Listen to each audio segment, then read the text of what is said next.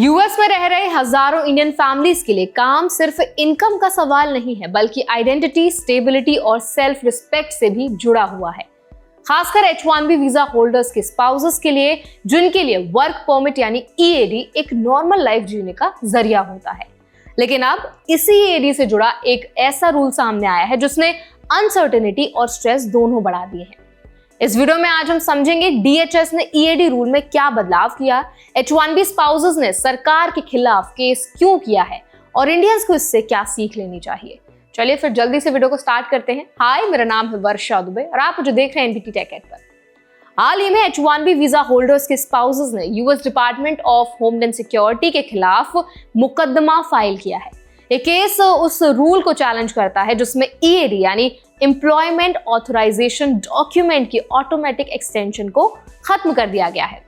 पहले अगर EAD renewal pending होता था तो वर्क परमिट ऑटोमेटिकली एक्सटेंड हो जाता था, लेकिन अब DHS के नए रूल ने इस सुविधा को हटा दिया है। ब्लूमबर्ग लॉ की रिपोर्ट के मुताबिक स्पाउसेस का कहना है कि DHS का यह फैसला इलीगल है और इसे ओवरटर्न किया जाना चाहिए।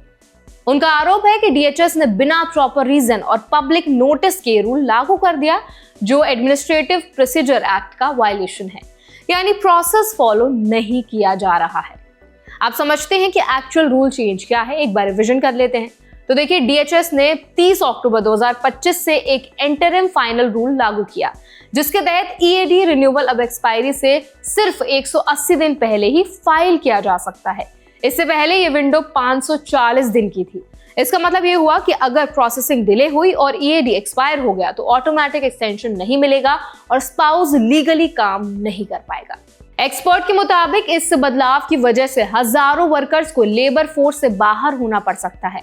खासकर इंडियन H1B फैमिलीज के लिए बहुत बड़ा सेटबैक है, क्योंकि कई हाउस होल्ड्स डुअल इनकम पर डिपेंड करते हैं। मुकदमे में यह भी कहा गया है कि DHS ने सिक्योरिटी स्क्रीनिंग का रीजन दिया, लेकिन यह आर्गुमेंट वीक है।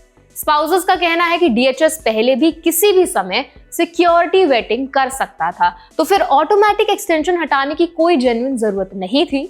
उनके हिसाब से ये डिसीजन आर्बिट्ररी है और बहुत ही ज्यादा अलग तरीके से लिया गया डिसीजन है।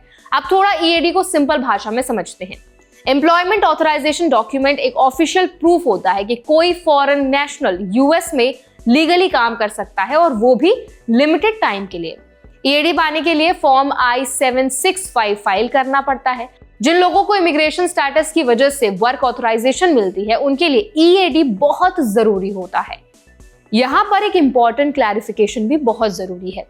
ग्रीन कार्ड होल्डर्स को EAD की जरूरत नहीं होती, क्योंकि उनका ग्रीन कार्ड ही वर्क ऑथराइजेशन का प्रूफ होता है। उसी तरह कुछ नॉन इमिग्रेंट वीजास जैसे कि H1B, L1B, O या P वीजा होल्डर्स को भी EAD अप्लाई करने की जरूरत नहीं होती, क्योंकि उनका स्टेटस खुद वर्क ऑथराइजेशन देता है। लेकिन H1B स्पाउसेस इस कैटेगरी में नहीं आते, इसीलिए उनके लिए EAD लाइफ चेंजिंग डॉक्यूमेंट होता है। अब इंडियन ऑडियंस के लिए सबसे इंपॉर्टेंट सवाल, इससे आपको क्या समझना चाहिए? तो सबसे तो पहली बात और इम्पॉर्टेंट बात यह है कि यूएस इमिग्रेशन सिस्टम में अचानक रूल्स बदल रहे हैं और उनका इम्पैक्ट डेली लाइफ पर सीधा पड़ता है। दूसरी बात, सिर्फ मेन वीजा होल्डर्स नहीं बल्कि स्पाउस और फैमिली मेंबर्स भी पॉलिसीज से डीपली अफेक्ट होते हैं। अगर आप H1B स्पाउस हैं तो EAD रिन्यूअल टाइमलाइन को लेकर एक्स्ट्रा केयरफुल रहना बहुत जरूरी है। डिले को लाइटली लेना अब रिस्की हो सकता है। लीगल एडवाइस लेना, डेडलाइंस ट्रैक करना और डॉक्यूमेंटेशन स्ट्रॉन्ग रखना पहले से ज्यादा जरूरी हो गया है। इस केस से एक और बड़ा लेसन निकलता है, इमिग्रेशन सिर्फ पेपर वर्क नहीं है, ये मेंटल हेल्थ, करियर कंटिन्यूटी और फैमिली स्टेबिलिटी से जुड़ा हुआ है। ऑटोमेटिक EAD एक्सटेंशन हटने का मतलब सिर्फ जॉब लॉस नहीं, बल्कि कॉन्फिडेंस और इंडिपेंडेंस का भी खत्म होना हो सकता है। मुकदमा अभी कोर्ट में है और आउटकम क्या होगा ये कहना जल्दबाजी होगी, लेकिन इतना जरूर कहा जा सकता है कि H1B स्पाउसेस अब ओपनली सिस्टम को क्वेश्चन कर रहे हैं। ये सिर्फ लीगल फाइट नहीं है, बल्कि डिग्निटी और फेयरनेस की लड़ाई भी है। इंडियन प्रोफेशनल्स और उनके फैमिलीज के लिए टेक अवे एकदम क्लियर है। यूएस में रहते हुए हर रूल चेंज को सीरियसली लेना होगा, अजम्पशंस पर नहीं, अपडेटेड इंफॉर्मेशन और प्लानिंग पर डिपेंड करना होगा। इमिग्रेशन जर्नी लंबी होती है और उसमें इन्फॉर्म्ड रहना ही सबसे बड़ा सेफगार्ड है।